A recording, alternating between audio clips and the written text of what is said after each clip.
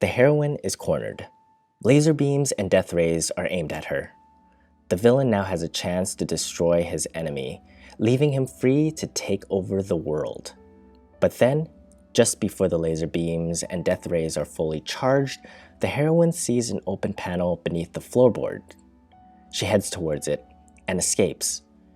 In the same moment, the villain's goofy sidekick bumps the button, and suddenly the weapons of mass destruction are turned upon them.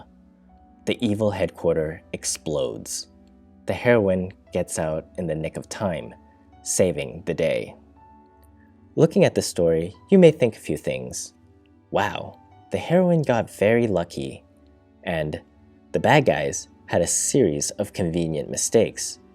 Or you may think, this story was contrived. That was certainly what Becky thought when she folded the book and read the embossed text of the author's name, J.L.L. Rubinstein.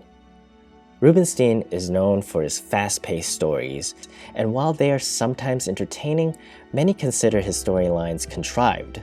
When someone is talking about a story being contrived, it usually means that it feels forced.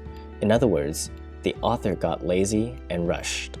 When Becky picked up the book, she expected an adventure. She wanted to start at one end of the story and arrive at the other, enjoying all the sights and sounds in between. A writer's responsibility is to pave the roads. However, what a contrived storyteller does is that instead of taking the scenic route, it hops on the freeway, or when traffic gets heavy, decides to take a shortcut, causing the reader to, yes, arrive at the destination, but miss the joy of the ride. Take the paragraph at the beginning. The heroine is cornered, a common place for writers to get stuck. When a heroine is trapped, the author might find an easy way for her to escape.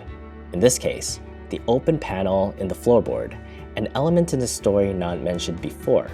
It just happened to be there, and the heroine happened to see it, just in time. Another example is the goofy sidekick. How convenient of him to bump a button that causes the villain's plans to backfire. The villain is vanquished, and the world is saved. Easy. So easy that it feels forced by the author.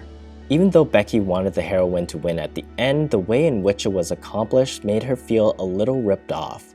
She invested all her time to read this, and this is how it ends?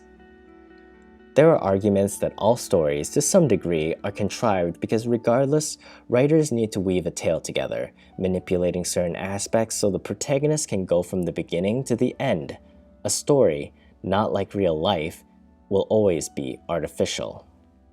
However, we can also agree that some stories are more believable than others. That is because believable stories reveal the details in a functional order, requiring the writer to put in some work, dropping breadcrumbs along the way so when the heroine is cornered, the escape route doesn't appear magically like a cheat, and the clumsy minion's mistake is surprising, but not completely random. If early in the story Rubinstein had described the evil layer as being run down and in need of maintenance, talking about how his unreliable contractors are always leaving jobs unfinished, perhaps the open panel in the floorboard would be more believable. If Rubinstein rounds out his evil sidekick character, making him more than a klutz, then the reader can see that he is struggling with an internal battle over whether to do what his leader says and what his gut is telling him. Then the sudden slip on the button wouldn't feel like a convenient end, but rather a character overcoming an obstacle, a redemption. As you can see, all of those suggestions would require Rubinstein to do more work, leading to that epic moment where the heroine is cornered by the laser beam and death ray. But it's worth it, because by putting in the work, the events in the story will feel like they've happened naturally, as opposed to feeling artificial and unrealistic.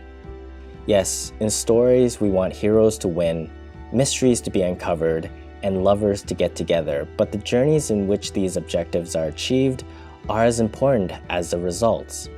If a writer rushes through, missing necessary details about plot, characters, and settings, and in other words, being too lazy to pave the path for the reader, then their story will ultimately come across as contrived. Was there a part of a story that you read or watched recently that felt contrived? Let me know in the comments below, and if you've enjoyed this video, please check out these two here from the What's Is of Writing series.